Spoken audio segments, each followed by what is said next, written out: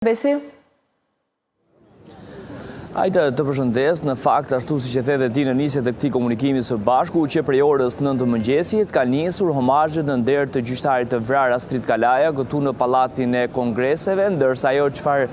vjet re është se ka një numër të shumë të gjyqtarëve, prokurorëve, le të themi zyrtarëve të lartë të drejtësisë, të cilët, por edhe politikës, të cilët kanë bërritur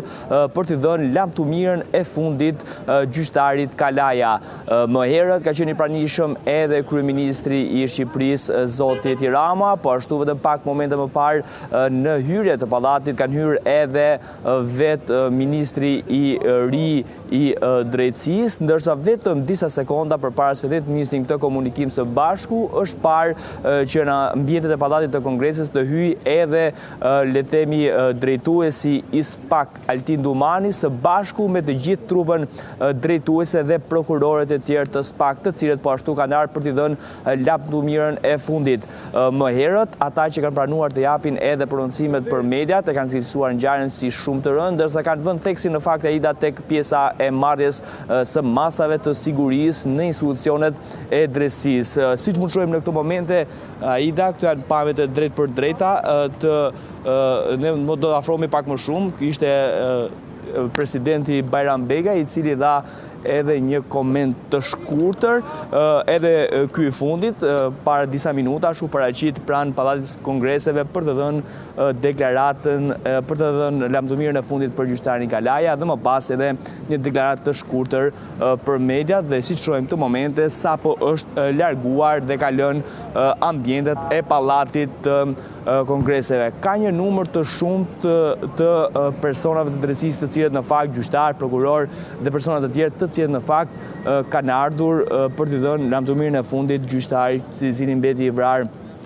zotit Kalaja. Në fakt, gjithë ceremonia është po zhvillohet në hallin e Pallatit të Kongreseve, ku është parashikuar të mbahet për 2 orë, pra nga ora 9 të mëngjesit deri në orën 11, pra pritet të ketë për rreth 1 orë homazhe në këtë, dhe më pas Kalaja do të përcillet për në banesën e fundit. Ajo se çfarë mund të themi Aida se i përket edhe pjesës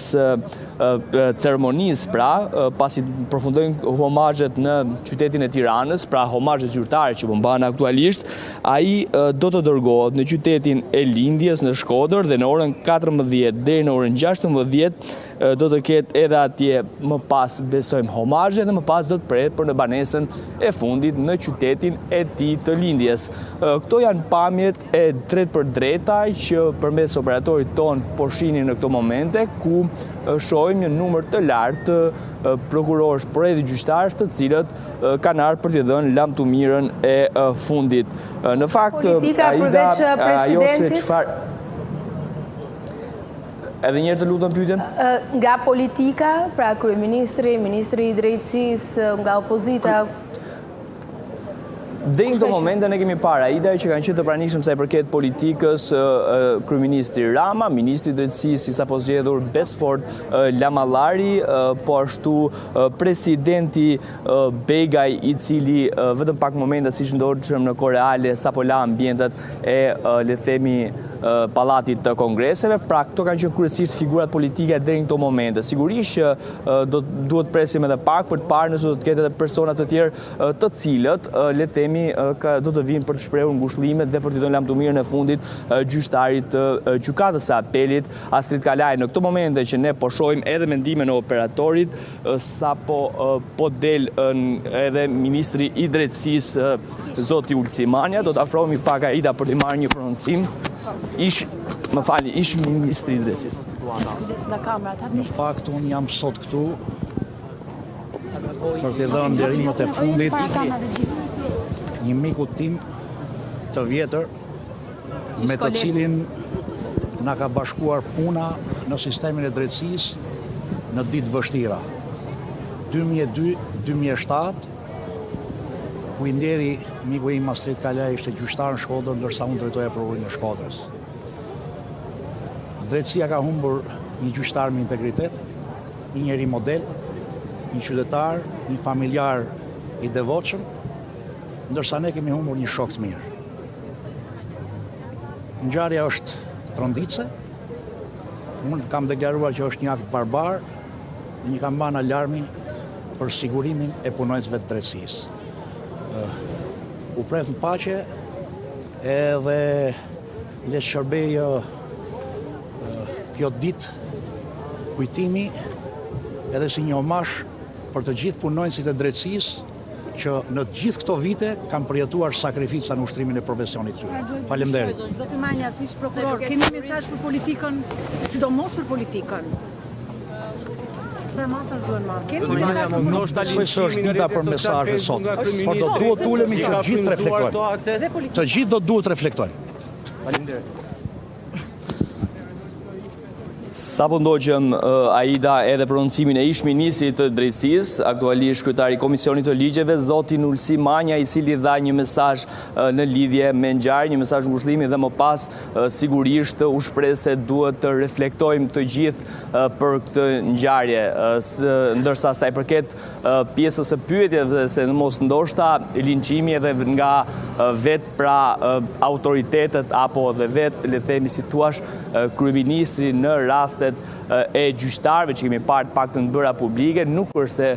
dha një koment në lidhje me këtë pyetje, duke ju shmangur dhe duke le themi duke qëndruar vetëm në kornizën e dhënies së ngushëllimit dhe reflektimit që kërkohet në të tilla situata. Siç mund shohim Aida, këto janë pamjet e drejtë për drejta, ku janë gjyqtarë të shumë të cilët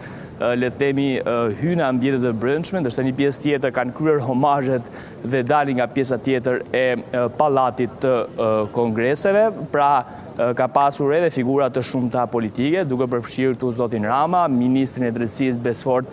Lamallari, ish-ministrin që sapo ndoqëm zotin Ulsi Manja, po ashtu prokurorët e SPAK në fakt kanë qenë pjesa më e madhe e tyre të pranishëm, përfshirë këtu edhe kreun e SPAK zotin Dumani. Ndoshta do duhet presim edhe pak nëse do t'jap një prononcim për mediat vetë zoti Dumani, sa i përket qoftë pjesës sigurisë së gjyqtarëve, sigurisë ambienteve të gjykatave, pasi le themi pika më kryesore Aida në gjithë të ngjarje ka qenë elementet e sigurisë që merren, personat që edhe sot besin në homazhe, po t'i referohemi Sokursa Dushit apo të tjerë eksponentëve që përtej ngushëllimeve pa diskutim, sepse kjo është një humbje dhe kjo është një ngjarje shumë e rëndë dhe nga mënyra se si ndodhi që i ka trondit të gjithë, ata flasin për çështje të sigurisë. Ata flasin për një pasiguri që është krijuar tashmë. Gjithashtu duket sikur është ping-pong edhe çështja e atyre që kanë përgjegjësi për ruajtjen dhe qoftë tek roja, kompanitë private, roli i policisë. Nuk e di nëse përveç deklaratave ka ndonjë nisëm për ta zgjidhur ose të paktën qeveria gjyqësorit si ka reaguar KLP-ja, KLG-ja. Në fakt, edhe nuk është se kemi informacion se ka ndonjë nisëm për të zgjidhur situatën me gjyqtarët apo sigurinë e tyre në gjykata. Ajo se çfarë mund themi Aida deri në këtë moment është se edhe nëse referohemi në fakt deklaratës së djeshme të Këshillit të Lartë Gjyqësor, ky institucion ka ngritur në vijimësi problematikën sa i përket mungesës së sigurisë në gjykatat e Shqipërisë dhe madje edhe përmes shkresave zyrtare që ka vënë në dispozicion për mediat në vijimësi kishte dërguar policisë së shtetit disa shkresa ku kërkonte le themi rritjen e punonjësve të policisë në gjykata, por megjithatë dhe pavarësisht shkresave zyrtare që këto dy institucione kanë shkëmbyer në vijim, policia e shtetit i ka kthyer një përgjigje duke thënë se nuk kanë kapacitete për të rritur më së shumti le themi numrin e punonjësve të policisë në gjykata dhe gjithë ambientet e institucioneve të drejtësisë. Veçanërisht kjo kërkesë ishte e argumentuar që duhej një numër më i madh kryesisht edhe kur kishte masa sigurie. Megjithatë, pavarësisht le themi reagimin ndoshta edhe të mëhershëm të këtij institucioni, pra Këshillit të Lartë të Gjyqësor dhe po ashtu rikthimit të përgjigjes nga ana policisë, ende nuk janë marrë masa. Ditën e djeshme, më duhet të them, ka qenë i pranishëm në fakt në ambientet e brendshme të gjykatës edhe vetë drejtori i përgjithshëm i policisë së shtetit. Nuk dim themi nëse ky le themi inspektim në ambientet e brendshme ka qenë për të parë plotësuar kushtet e sigurisë, apo nëse mund të merren nisma në vijim për rritjen e numrit të punojësve të sigurisë apo punojësve të policisë së shtetit të cilat qëndrojnë në hyrje të gjykatës. Ajo se çfarë mund të themi Aida është se të paktën në hyrjen edhe nga sa kam komunikuar me punojës të tjerë të gjykatës së apelit, të cilët le të themi kanë qenë në pozicionin e punojësit sigurisë tashmë të arrestuar, është se janë shprehur se aty qëndron një punonjës sigurie dhe më pas edhe një punonjës tjetër i policisë së shtetit. Do të ndjekim edhe një deklaratë tjetër Aida në këto momente.